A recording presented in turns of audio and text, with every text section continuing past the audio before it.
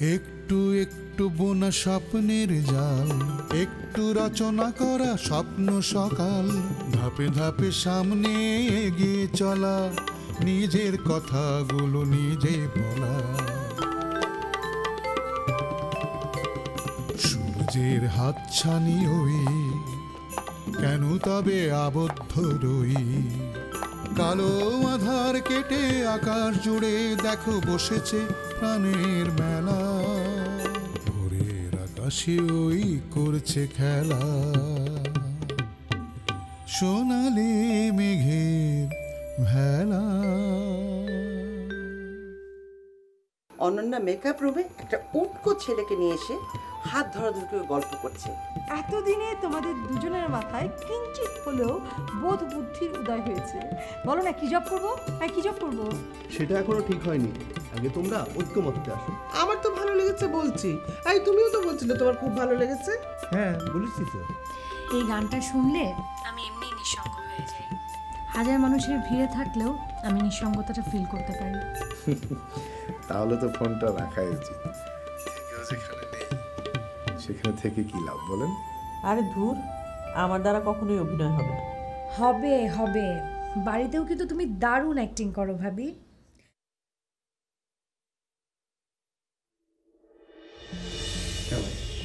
তোমার কিছু বলেছ নাকি? আমাকে কিছু বলতে যাবে কেন? আকার ইঙ্গিতে বোঝা যায় না। আমি তো মানা করেছিলাম তোমাকে, তাই না? তোমার ফ্রেন্ডের পত্রিকায় ছবি সহ নিউজ ছাপানো হয়েছে, আমি কি তাকে উইশ করতে পারি না? আর তাছাড়া ওই যে একটা ফিল্মের কথা বলেছিলাম না, ওর জন্য ওকে খুঁজছিলাম।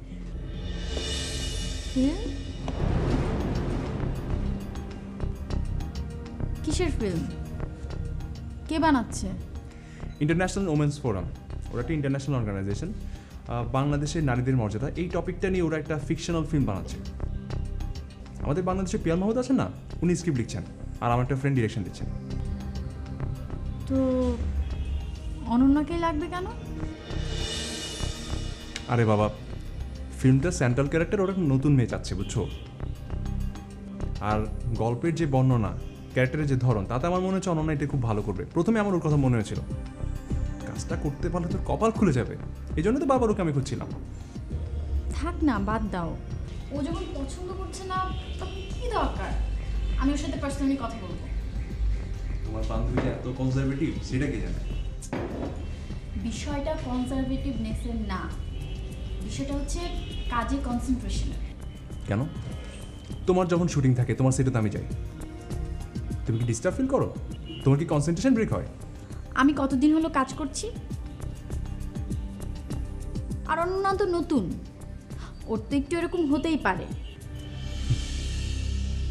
শোনো, অনন্যার সব কিছুতে একটু বেশি সিরিয়াস। যখন ও কোনো কাজে ইনভলভ হয় তখন খুব সিরিয়াসলি নেয়, কাজের মধ্যে কোনো ডিস্টার্ব পছন্দ করে না। আমি তোকে চিনি রে বাবা। একটু বেশিই বেশি। মিডিয়াতে যেন আর কেউ কাজ করে না। আরে মিডিয়াতে এমন কেউ আছে নাকি যাকে আমি চিনি না? প্রত্যেকের সেটে আমি যাই, কেউ তো ডিস্টার্ব ফিল করে না। 2 দিনের বৈরাগী আর ভাতকে বলে অন্ন। বললাম তো সবাই সমান হয় না। থাক, তুমি আর যেও না। ওকে, যাবো না।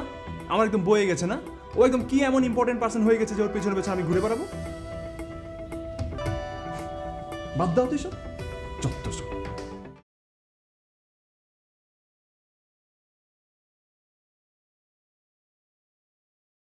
আমি দিচ্ছি। আরে কথা আসছে, আমি আমি দিচ্ছি, দাঁড়াও। আরে দাও তো। আহা, তুমি দিচ্ছ? তুমি দিলে একটু ভালো হয়, বুঝছো? আসো না, ওই যে এই পর্যন্ত আমি তোমার থেকে যতগুলো টাকা নিয়েছি তুমি হিসাব করে রাখবে, আমি সব টাকা একসাথে দিয়ে দেবো। আর শোনো, আমার হয় এক কাজ করো, আচ্ছা আপাতত এই রাখো, এখানে 5,000 আছে, রাখো। আচ্ছা, আমি কি কিছু বলেছি? না কিছু বলো না, কিন্তু তুমি করতে পারো না। না মানে আমি কিন্তু তোমার সবগুলোই দিয়ে দেবো, বুঝছো? ওই আমি যে কাজটা মানে করছি বলছি, ওটা যদি একবার হয়ে যায়। আচ্ছা রাখো তো, তুমি রাখো। চলো চলো। কি এখন? বুঝছো? আচ্ছা, আন্টি কেন আর গ্র্যান্ডমার বাসায় আসে না? আন্টি আসবে কি করে, আন্টি তো নেই। কোথায় গিয়েছে? আন্টি বেড়াতে গিয়েছে। এখন লক্ষ্মী মেয়ের মতো ঘুমিয়ে পড়ো। গল্প শুনবো। আচ্ছা ঠিক আছে, আমি তোমাকে গল্প বলবো, কিন্তু গল্প শুনে তোমাকে ঘুমাতে হবে, ঠিক আছে? ঠিক আছে। চোখ বন্ধ করো। এক বনে এক বিরাট বড় বাঘ ছিল। বাঘ মানে রয়্যাল বেঙ্গল টাইগার? হ্যাঁ, রয়্যাল বেঙ্গল টাইগার। সেই রয়্যাল বেঙ্গল টাইগার একদিন জঙ্গলে ঘুরতে বের হলো। ঘুরতে ঘুরতে ঘুরতে ঘুরতে সে দেখা পেল শেয়াল মামার। শেয়াল মানে ফক্স? হ্যাঁ। শেয়াল কার মামা? শেয়াল হচ্ছে তোমার মামা। না না, আমার মামা তো মুকুল আঙ্কেল। মিম, আমি তোমাকে ঘুমাতে বলেছি মা। তুমি যদি প্রশ্ন করতেই থাকো তাহলে ঘুমাবে কখন? কি হলো? বাইরে যাব, পিঠে ঘুরে বেড়াবো, ভাপা পিঠে খাবো। প্লিজ মা, এখন কোনো বায়না না, প্লিজ। হোয়াট ইজ বাইনা? আচ্ছা বুঝেছি, তুমি এখন ঘুমাবে। ঠিক আছে, তাহলে চলো আমরা ঘুরতে যাই। Oh I love you daddy, let's go. Let's go, চলো।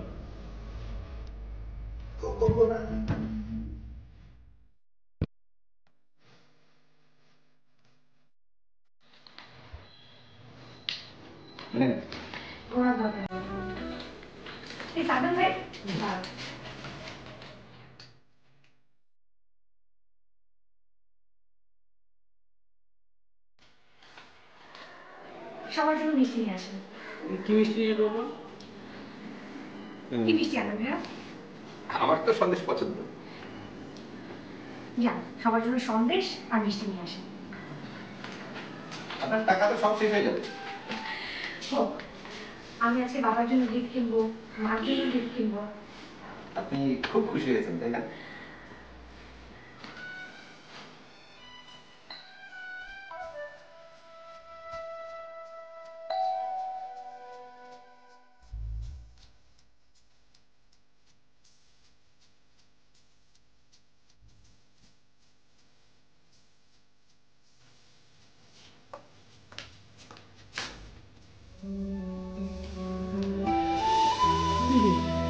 টাকা দিচ্ছিস কেন?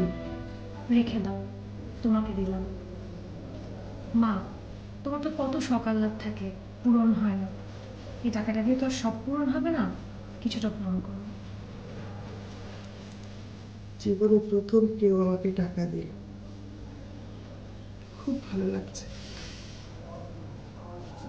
দোয়া করি মা।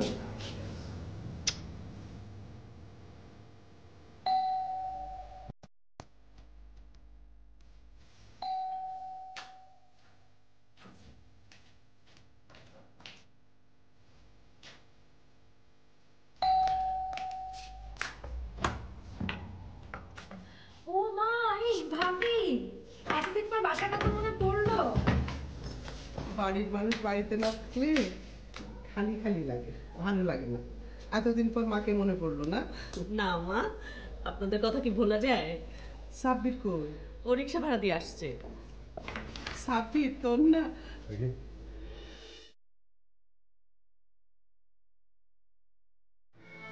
যাই, আমি খাবার গরম করি। মেরে আছে কেন? ওই যে কালকে থেকে কথাই বলছে। তুমি তোমার রুমে আসো ভাবি।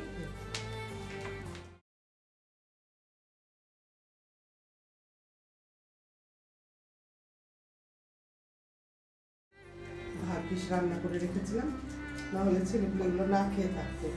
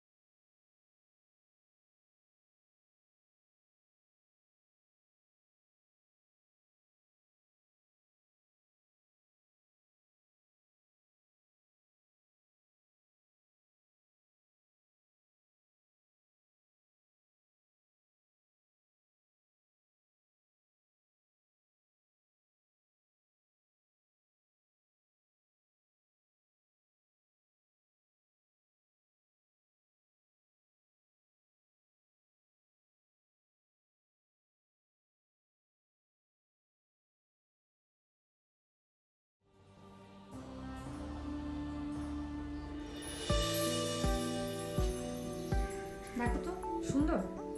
খুবই সুন্দর, কিনলে? না কিনিনি, রাস্তায় কুড়িয়ে পেয়েছি। মস্করা করো না তো। শোনো, ননদিনী যদি ভাবির সাথে মস্করা করে তাহলে কিন্তু ভাবির সৌভাগ্য। ননদিনীরা তো শুধু পায়ে পা লাগিয়ে ঝগড়া করে। করো করো, বিয়ের আগে যখন শুনেছিলাম ঘরে এরকম উপযুক্ত ননদিনী আছে তখনই আমি রেডি হয়ে এসেছি। কেমন রেডি হয়েছিলে? যে ননদিনী যেভাবে বল ছুড়বে, বল পিটিয়ে আমাকে ছক্কা বানাতে হবে। ওরে বাবা, তাহলে তো বুঝে শুনে বল করতে হবে। আগে শাড়িটা কেমন হয়েছে সেটা বলো। খুবই সুন্দর, তোমাকে খুব মানাবে। এটা আমার জন্য না ভাবি, তোমার জন্য। আমার জন্য? এটা আমি কিনেছি তোমার জন্য, আমার ইনকামের টাকায়। নিবে না বলো না কিন্তু। আরে নেব না মানে? অবশ্যই নেব। তুমি ইনকাম করে আমাকে গিফট দিচ্ছ, সত্যি তোমাকে আমার হিংসে হচ্ছে। খুশি হয়েছো ভাবি? ভীষণ খুশি হয়েছি। আমার প্রিয় ননদিনী এই প্রথম আমাকে কোনো কিছু গিফট করলো, তাও আবার নিজের ইনকামের টাকায়। ইস অনন্যা, গর্বে আমার বুকটা ভরে যাচ্ছে। থ্যাঙ্কস ভাবি। যাই তোমার ভাইয়াকে দেখাই।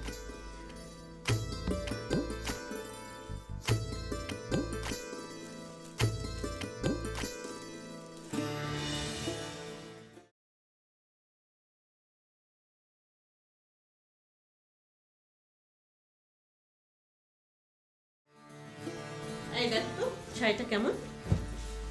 কে দিয়েছে? অনন্যা গিফট করলো। বাহ, বাড়িতে আসতে না আসতে ইন্ডিয়া নিয়ে শুরু হয়ে গেছে। ভালো। কেন, সমস্যা কি? না, কোনো সমস্যা নেই, সব সমস্যার সমাধান হতে চলছে।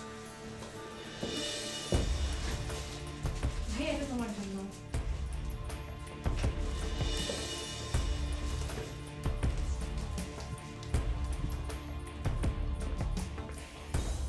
কিরে, কোথায় যাচ্ছিস? অফিস? তোমাকে তো বলেছি মা, এই বাড়িতে হয় আমি থাকবো, নাহলে অনন্য থাকবে। এসব আবার কি ধরনের কথা? কিছু হলে বাড়ি ছেড়ে রাগ করে যেতে হবে কেন? তাহলে কি করব বলো?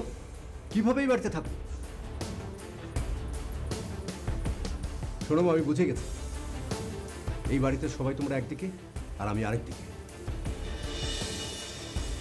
সবার সাথে তোমাদের মেলে, শুধু আমার সাথেই মেলে না। এটা অবশ্য আমারই ব্যর্থতা, তাই আমার এখান থেকে চলে যাওয়াই উচিত। এসব কথা না, মেলে না মেলানোর চেষ্টা করবি, বাড়ি থেকে চলে গেলে সবকিছু সমাধান হবে। হ্যাঁ মা, এইটাই একমাত্র সমাধান। আমাকে আর আটকেও না। গেলাম।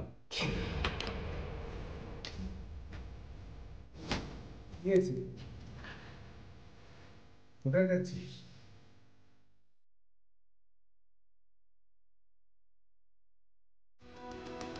কি হলো, কথা বলছিস না যে? কোথায় আবার যাবে? কিছু হলে রাগ করে বাড়ি থেকে চলে যায়, এ এক নতুন রোগ হয়েছে। যা ভেতরে যায়।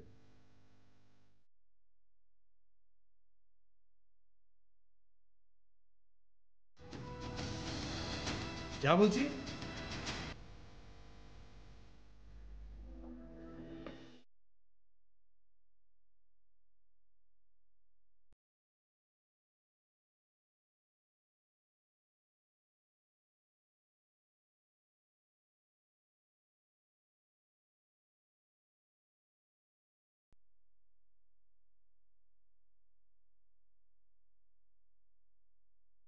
কি গেলে না?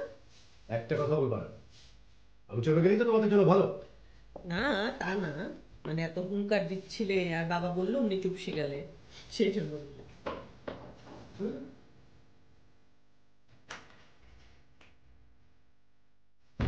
তোমার কি দেরি হবে? না তুমি বের হলে আমি ঢুকবো তো, তাই। আচ্ছা ঠিক আছে, যতক্ষণ টাইম লাগে নাও।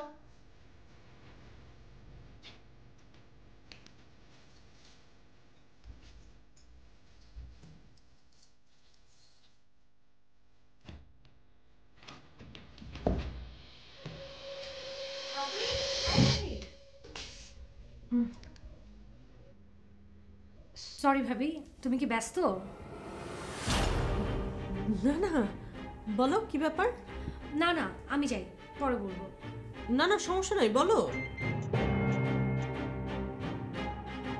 হ্যালো।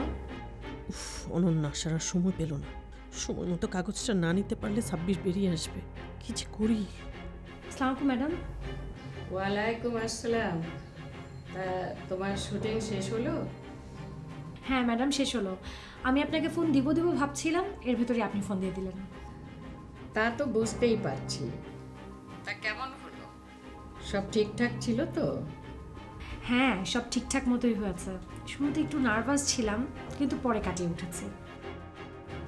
আচ্ছা, ভালো হলেই ভালো। তা কবে থেকে আসছো? আপনি যখন থেকে বলবেন। আজকে বললে আজকেই। ভেরি গুড, চলে এসো। আমার পেটে কথা জমতে জমতে পেটটা একেবারে ফুলে উঠেছে। এখন লিখে ফেলতে না পারলে পেটটা মনে হয় ফেটেই যাবে। তাহলে আজকে আসি 4:30টায়। নো প্রবলেম, চলে এসো। Okay madam. সরি ভাবি, তুমি মনে হয় বিজি। আমি তোমার সাথে পরে কথা বলবো। না ঠিক আছে, ওকে, তুমি তোমার রুমে যাও, আমি আসছি।